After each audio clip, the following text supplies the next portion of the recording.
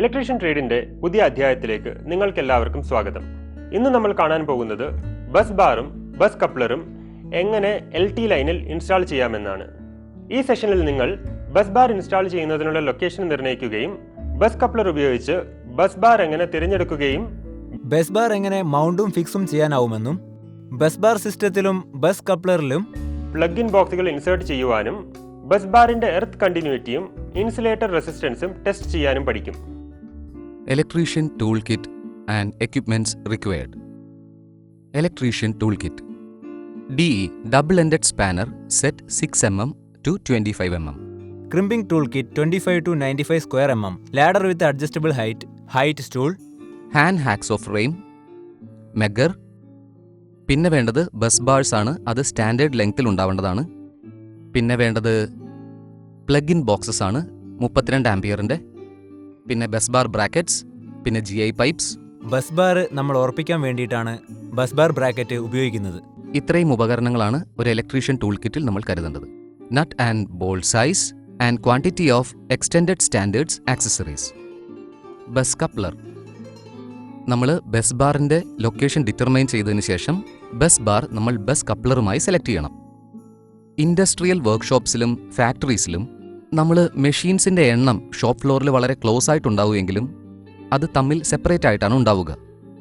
Underground cables മൂലം നമ്മൾ ഇതിനെ ഇലക്ട്രിക്കൽ സപ്ലൈയുമായി കണക്ട് ചെയ്യുന്നു, അല്ലെങ്കിൽ ഓവർഹെഡ് വയേഴ്സ് യൂസ് ചെയ്യുന്നു. ഇതെന്ത് ചെയ്യുന്നു? ഇതാണ് ഷോക്ക് ഹസാർഡുകൾക്ക് കാരണമായി തീരുന്നത്. ബസ് ബാറിൻ്റെ യഥാർത്ഥ ഫംഗ്ഷൻ എന്ന് പറയുന്നത് ഒരേ വോൾട്ടേജിൽ പ്രവർത്തിക്കുന്ന സർവീസ് ലൈനുകളെ തമ്മിൽ ഇലക്ട്രിക്കലി കണക്ട് ചെയ്യുക എന്നുള്ളതാണ്.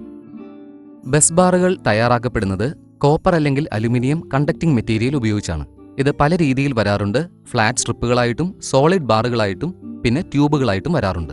പല രീതിയിലുള്ള ബസ് ബാറുകൾ അവൈലബിൾ ആണ്.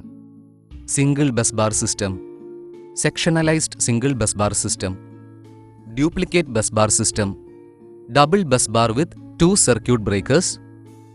ബസ് ബാർ സിസ്റ്റത്തിന്റെ അഡ്വാൻറ്റേജുകൾ. സിസ്റ്റത്തിന്റെ ചെലവുകൾ കുറയ്ക്കാൻ ബസ് ബാർ സഹായിക്കുന്നു.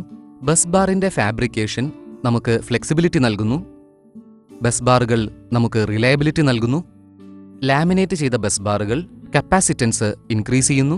അതുപോലെ തന്നെ വയറിംഗ് തെറ്റുകൾ ബസ് ബാറുകൾ എലിമിനേറ്റ് ചെയ്യുന്നു. അതുകൂടാതെ ഒരുപാട് വെറൈറ്റി ആയിട്ടുള്ള ഇന്റർ കണക്ഷൻ മെത്തേഡുകളും ബസ് ബാറുകൾ പ്രൊവൈഡ് ചെയ്യുന്നു. Mount and fix the bus bar. നമുക്കിനി നമ്മളുടെ എക്സസൈസ് ഒന്ന് സ്റ്റാർട്ട് ചെയ്യാം. ആദ്യം തന്നെ വർക്ക്ഷോപ്പിന്റെ ലേഔട്ട് നമ്മൾ കാൽക്കുലേറ്റ് ചെയ്യുക. അപ്പോൾ ടോട്ടൽ കപ്പാസിറ്റി അറിയാൻ പറ്റും. കൂടാതെ ഇലക്ട്രിക്കൽ സപ്ലൈ മെഷീൻസിന്റെയും എൻട്രി പോയിന്റിലുള്ള മെയിൻ മെഷീന്റെയും റേറ്റിംഗ് എടുക്കുക. ബസ് ബാറിന്റെ നീളം എത്ര വേണമെന്ന് ആദ്യമേ നമ്മൾ തീരുമാനിക്കുക. അതിനുശേഷം ലേഔട്ടിന്റെ സപ്പോർട്ട് സ്ട്രക്ചർ ഐഡന്റിഫൈ ചെയ്ത് ബസ് ബാറുകൾ സ്ഥാപിക്കുക സൈറ്റ് ഇൻസ്പെക്ഷൻ അനുസരിച്ച്. അതിനുശേഷം സപ്പോർട്ടിംഗ് സ്ട്രക്ചറിലേക്ക് ബസ് ബാറുകൾ മൗണ്ട് ചെയ്ത് ഫിക്സ് ചെയ്യുക. എങ്ങനെയാണ് പ്ലഗ് ഇൻ ബോക്സസ് ഇൻസേർട്ട് ചെയ്യുന്നത്, കൂടാതെ ബസ് ബാർ സിസ്റ്റവും ബസ് കപ്ലറും എങ്ങനെയാണ് ഇൻസ്റ്റാൾ ചെയ്യുന്നത് നോക്കാം.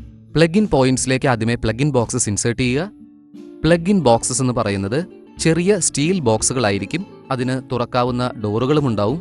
കൂടാതെ HRC ഫ്യൂസ് ഹോൾഡേഴ്സും ഉണ്ടാകും. അത് വളരെ സോളിഡായിട്ട് ഹൈ കണ്ടക്ടിവിറ്റി കോപ്പർ ക്ലിപ്പുമായി കണക്ട് ചെയ്തിട്ടുണ്ടാവും. അതിനെ കോണ്ടാക്ട് ചെയ്യുന്നത് സ്പ്രിംഗ് സ്റ്റീൽ സ്ട്രിപ്പുകളുമായിട്ടായിരിക്കും.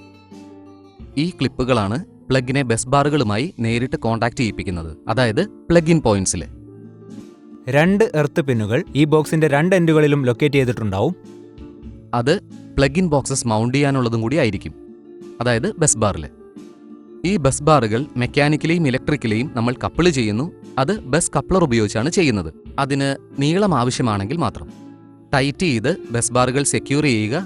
അതിന് ലോക്കിംഗ് പ്ലേറ്റിൽ സ്ക്രൂ ടൈറ്റ് ചെയ്യുക. മെറ്റൽ കോൺഡ്യൂട്ട് റൺസും സ്യൂട്ടബിൾ കേബിൾസും ഉപയോഗിച്ച് പ്ലഗ് ഇൻ ബോക്സുകൾ എന്ത് ചെയ്യുക? ലോഡിലേക്ക് ടെർമിനേറ്റ് ചെയ്യുക. Test for earth continuity of bus bar and for insulation resistance. Earth കണ്ടിന്യൂറ്റിക്കായി ബസ് ബാർ സിസ്റ്റം ടെസ്റ്റ് ചെയ്യുക. Earth continuity test with lamp.